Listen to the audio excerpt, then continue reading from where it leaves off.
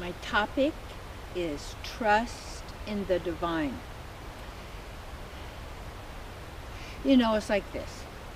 Say you're driving down the road and you were going to turn left and you forgot and you went a little further and you go, oh, golly gee.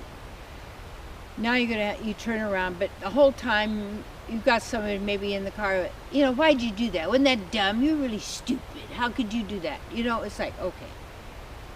Or then again, you could also say, oh, that was really dumb. I was really stupid. I shouldn't have done that. You know, you do the same thing, whatever. Really?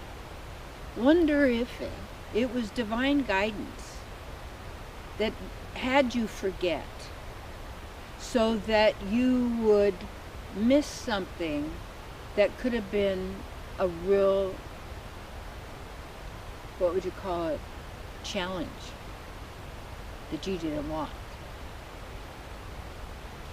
So what I like, it's like, and the whole idea too of such a fear of making a mistake, and being punished for that, or at least feeling punished for it, and then being really sensitive to criticism. Or maybe feeling if I had criticism, then there was something really wrong with me, or even believing that what the other person said was true or not true, see, but still, I was then judging it and analyzing it and figuring it out in my mind and then emotionalizing whatever was my conclusion somehow, which a lot of it is self-punishment.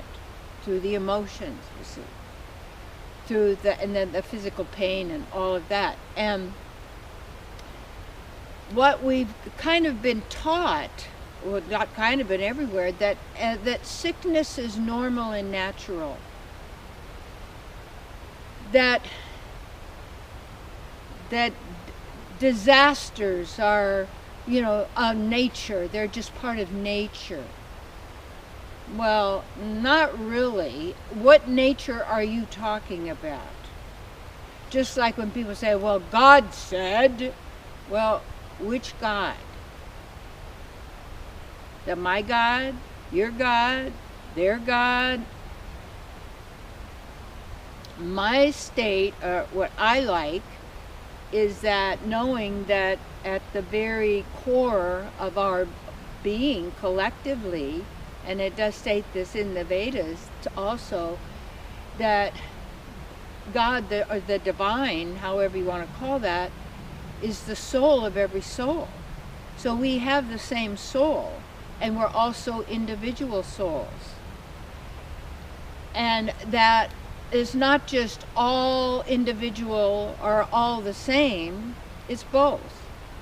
And how you bring the two sides of the coin together is realizing that this reality is made of opposites that keeps generating it as, in a sense, a hypnotic trance.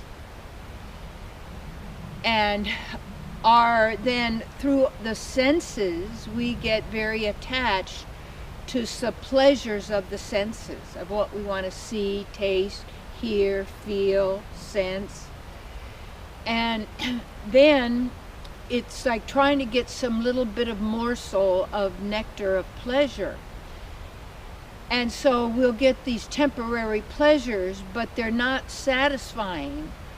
And so therefore, we're always running after something on the outside to give us the pleasure that's basically, and not basically, but really soul pleasure.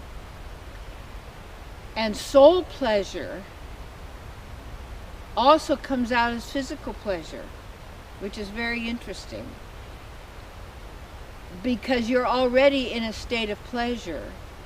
You're not trying to get pleasure from anyone or anything. You are the pleasure you have been longing for and seeking. Remember that song, looking for love in all the wrong places, Well, even looking in any place, you don't need to look. It's who you are.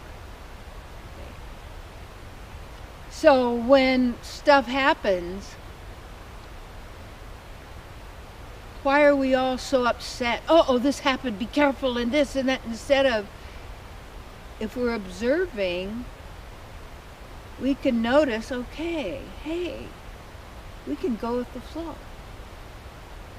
And we can turn the car around and go back and be really grateful that the divine was operating fully. And when we're in touch with and in tune with the divine, the self of every self, the soul of every soul, we're all one already, we're unified, and we're all different. Always, eternally. We are eternity.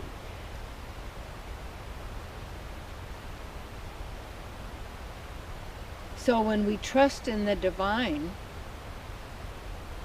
even what you could call a failure will turn into a success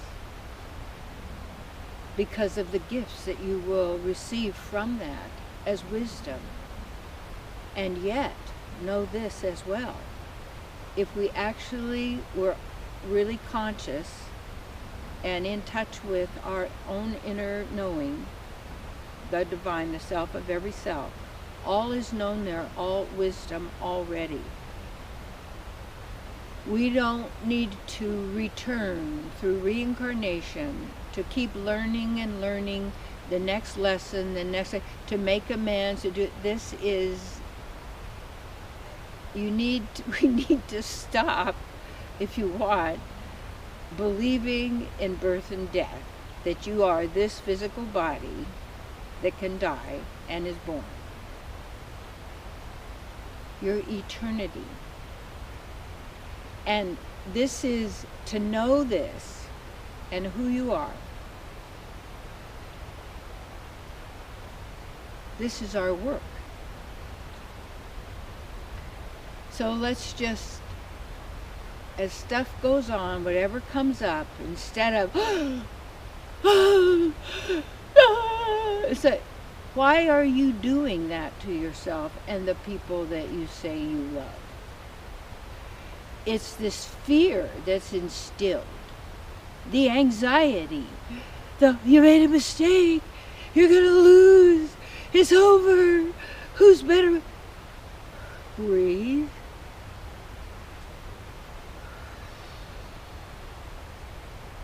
Get out of the human race.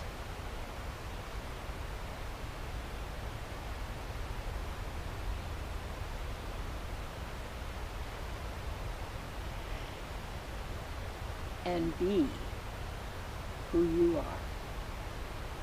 Really. That loving, generous, compassionate, fun, playful. Yeah.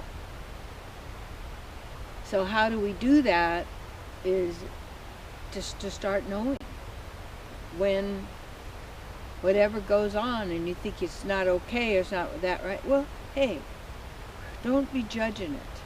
Stay centered. And then the divine works it out. You see? And you always know what to do. So practice trusting the divine.